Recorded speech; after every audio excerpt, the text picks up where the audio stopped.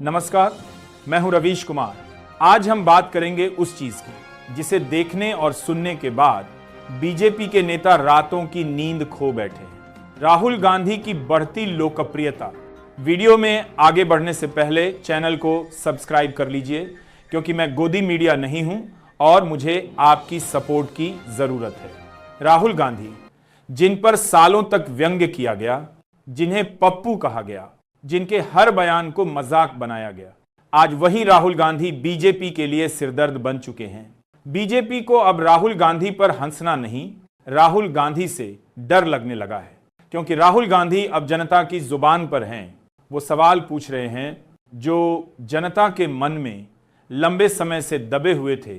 पिछले कुछ महीनों से लगातार कई सर्वे आ रहे हैं। C voter, Axis My India, India Today, Mood of the Nation, हर सर्वे में एक ही पैटर्न दिख रहा है। राहुल गांधी ऊपर जा रहे हैं और नरेंद्र मोदी नीचे। नवीनतम सी वोटर ट्रैकर सर्वे के अनुसार प्रधानमंत्री मोदी की लोकप्रियता 57% से गिरकर 51% रह गई है। वहीं राहुल गांधी की रेटिंग 35% से बढ़कर 41% पर पहुंच गई है। यानी दोनों नेताओं के बीच का अंतर अब सिर्फ 10% रह गया है। ये वही सी वोटर है जिस पर अक्सर आरोप लगता रहा कि वो बीजेपी के पक्ष में झुकी रहती है, लेकिन अब वही सर्वे एजेंसी मान रही है कि राहुल गांधी का ग्राफ तेजी से ऊपर जा रहा है। बीजेपी के भीतर इस बात की बेचैनी साफ देखी जा सकती है।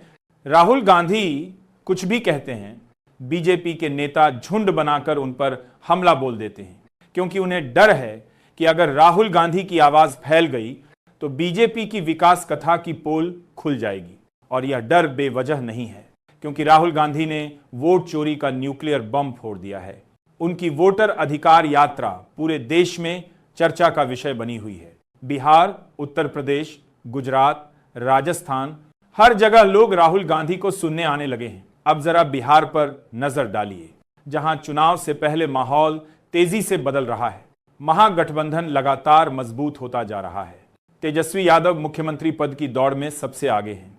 नीतीश कुमार, जो कभी खुद को अपराजेय मानते थे, अब जनता की नजर में तीसरे नंबर पर हैं। सी वोटर के बिहार सर्वे के मुताबिक तेजस्वी यादव की लोकप्रियता 35%, प्रशांत किशोर की 23% और नीतीश कुमार की 16% रह गई है। यानी जनता का भरोसा अब पूरी तरह महागठबंधन पर है। नीतीश कुमार ने हाल ही में 25 लाख महिलाओं के बैंक खातों में 2500 करोड़ ट्रांसफर किए हैं और सार्वजनिक मंच से कहा, चुनाव आ रहा है, ध्यान रखिएगा। अब इसे क्या कहा जाए, सहायता या रिश्वत? जनता समझ रही है कि यह महिला सशक्तिकरण नहीं बल्कि वोट सशक्तिकरण की राजनीति है। कुछ दिन पहले प्रधानमंत्री मोदी ने भी मुख्यमंत्री महिला रोजगार योजना के तहत 7500 करोड़ ट्रांसफर किए थे। तारीख देखिए, चुनाव से ठीक पहले यानी दिल्ली और पटना दोनों जगह से एक ही सियासी खेल खेला जा रहा है। लेकिन जनता अब समझदार हो गई है। वह देख रही है कि पैसा बैंक खाते में डालने से रोजगार नहीं मिलता, महंगाई कम नहीं होती और किसान की जमीन वापस नहीं आती। बिहार के युवा अब सवाल पूछ रहे हैं, रोजगार कहां है, भ्रष्टाचार क्यों बढ़ रहा है, पलायन कब रुकेगा? और ये सारे सवाल आज बीजेपी और जेडीयू के खिलाफ जा रहे हैं। अब बात करते हैं राहुल गांधी की छवि की, जो कभी टीवी चैनलों के ट्रोलिंग का शिकार होते थे। अब उसी राहुल गांधी के इंटरव्यूज करोड़ों लोग देख रहे हैं। उनके वीडियो सोशल मीडिया पर सबसे ज्यादा शेयर हो रहे हैं, क्योंकि वो बातें कह रहे हैं जो किसी गोदी मीडिया के एंकर के मुंह से अब नहीं निकलती। राहुल गांधी के सवाल अब संसद से ज्यादा सड़क पर गूंजते हैं और यही वजह है कि बीजेपी के नेता हर जगह उनका जवाब देने दौड़ पड़ते हैं, क्योंकि उन्हें डर है कि अगर राहुल गांधी की कहानी लोगों तक पहुंच गई तो एक नेता, एक चेहरा, एक पार्टी की राजनीति ढह जाए। अब सवाल है कि क्या राहुल गांधी सचमुच मोदी पर भारी पड़ रहे हैं? तो आंकड़े यही कह रहे हैं। राहुल गांधी 41% पर, मोदी 51% पर। और अगर यही रफ्तार अगले 6 महीनों तक जारी रही तो 2026 में यह फासला पलट भी सकता है। बीजेपी के लिए यह सिर्फ झटका नहीं बल्कि चेतावनी है।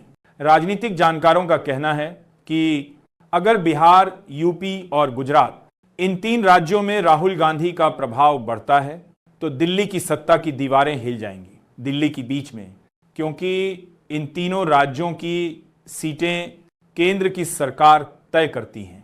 राहुल गांधी की रणनीति अब साफ है, राज्यों में जड़ें मजबूत करो, दिल्ली अपने आप आ जाएगी। दूसरी ओर प्रशांत किशोर की पार्टी जन स्वराज भी बीजेपी को चोट पहुंचा रही है। उनका अभियान सीधा बीजेपी के वोट बैंक पर हमला कर रहा है और इसका फायदा साफ तौर पर तेजस्वी यादव को हो रहा है। बीजेपी के सहयोगी भी अब बेचैन हैं। चिराग पासवान की रेटिंग 9% पर आ गई है। सम्राट चौधरी लगातार गिर रहे हैं। जेडीयू और बीजेपी के बीच पुरानी दरारें फिर उभरने लगी हैं। यानी अब एनडीए का गठबंधन सिर्फ कुर्सी बचाने की मजबूरी है, न कि जन समर्थन की ताकत। बिहार की गलियों में, गांवों में लोग अब यह कहने लगे हैं, अब की बार तेजस्वी सरकार। तो ये जो सर्वे आया है, यह केवल एक रिपोर्ट नहीं है बल्कि एक राजनीतिक संकेत है कि हवा बदल रही है। लोग विकल्प ढूंढ रहे हैं और राहुल गांधी अब उस विकल्प के केंद्र में हैं। बीजेपी के लिए अब मुश्किल यह है कि वो नैरेटिव कंट्रोल खो रही है। राहुल गांधी का हर बयान अब मीडिया में सेंसर नहीं किया जा सकता, क्योंकि सोशल मीडिया ने सेंसरशिप की दीवारें तोड़ दी हैं।